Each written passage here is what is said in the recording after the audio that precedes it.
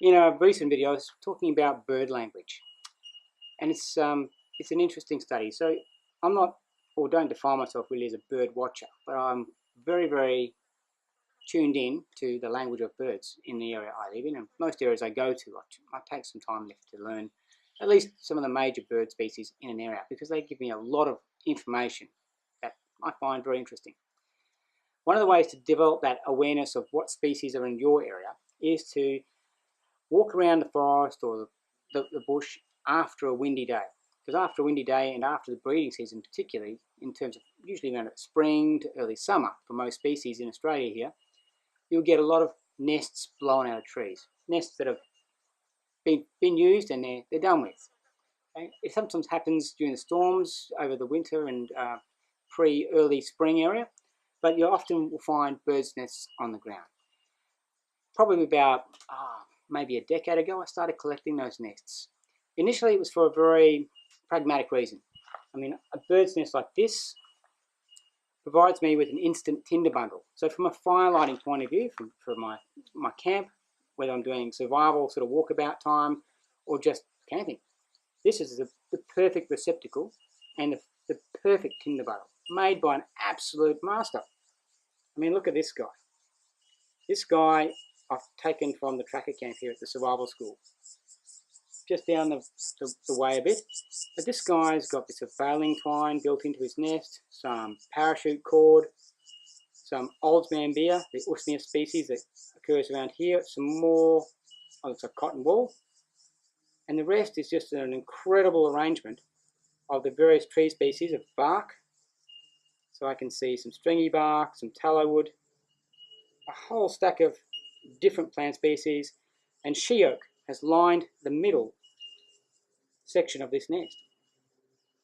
So I don't know specifically what bird species made this particular nest, but that's going to be something I'm keen to find out. And there's a few references that will help me do that. Sometimes it's observation. Sometimes I have to sort of look at that nest, get the picture in it, and whilst I'm doing my nature awareness stuff, I'm looking around for nests of similar size and similar construction. Because most bird species, almost like a thumbprint or fingerprint, make their nests in a particular way. This guy's even got it threaded through a stick. Whether that was part of a failure point that caused it to fall from the tree, who knows? But it's just an incredible masterpiece in its own right. And it's been made by a small bird. So I'm looking at a bird around about this size. It's not a big bird. Maybe something the size of a magpie lark, but we'll find out over the course of time. So this is something you can do as part of a nature study process. We're constantly learning. No human being lives long enough to learn all of the available information that's present in any given ecosystem. It's just too much. So we have to park our ego and just be an open receptacle for new information. And I don't need to get that information necessarily all the time from a book, from a library, or from the internet. Sometimes I can learn it myself. I can sit long enough, sit still enough, use my eyes, use my ears, so the full gamut of my sensory input options, and really tune in to what's there. I mean, I find amazing examples of construction like this. What a terrific opportunity just to sit back and learn from the master. That is an incredible piece of workmanship. And I keep them. I long ago stopped being able to just torch them and burn them as part of my firelighting regime. I can do that pretty well easily with other stuff. These were that was almost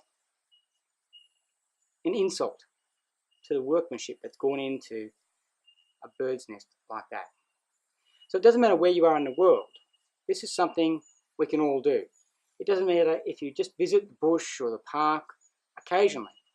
When you find these things, and you're usually going to be on the ground right in front of your next football stop, pick them up and have a good look. You'll learn a lot about the incredible diversity, intelligence, and fascinating competence of other species of animals.